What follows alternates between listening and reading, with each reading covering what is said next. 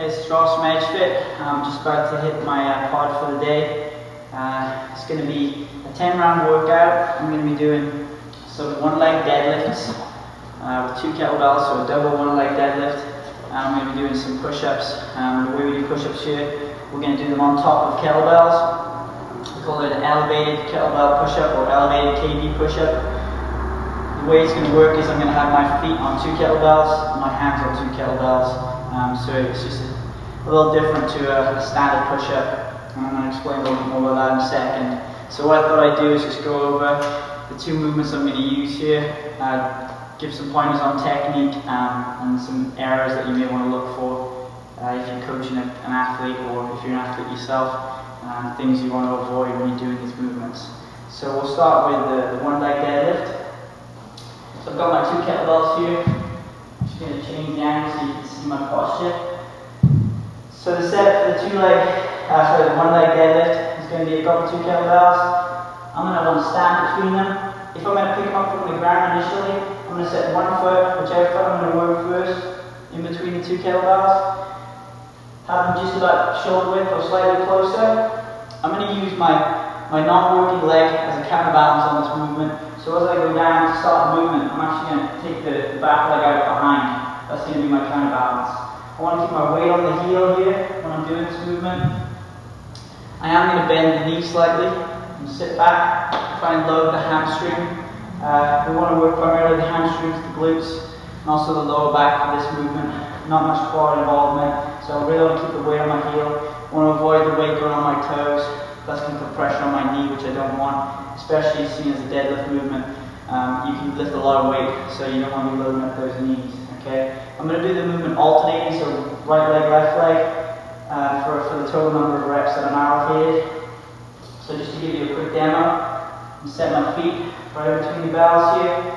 As I come down, I can get my hands on the bell. Now you can see I've got not great posture right now, but as soon as I set that leg back and sit back, this knee's bent, I'm dropping my weight onto my hip, my hamstring, my glute. My head's going to look up slightly. I don't want to be extended too much, just kind of 45-degree angle. Then from there, I'm just going to inhale, drive through the heel, and I'm going to stand all the way up. Feet are going to be pretty close together on this one.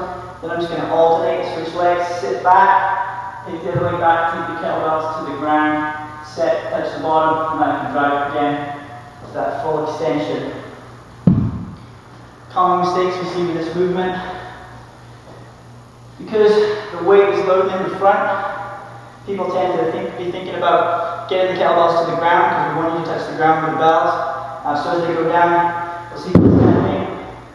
What that really means is that I'm letting the weight control me, I'm letting it pull me forward, I'm not sitting back into the movement. So 1, the weight's going to be on my toes. 2, it's not good for my knees.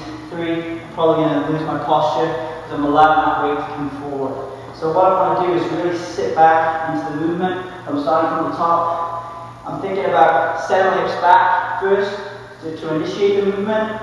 Set those hips back, and I'm going to imagine like I'm pulling myself down. And I get to the ground when I get there, when the weight's touched. So I'm going to continue to lower and sit back until I feel the ground. I'm not trying to get to the ground with the kettlebells. Most important thing with this movement is that lower back posture. I want to keep that back nice and flat. I don't want it to be rounded off because that means I'm going to be loading the lower back and then I could cause myself an injury of some sort.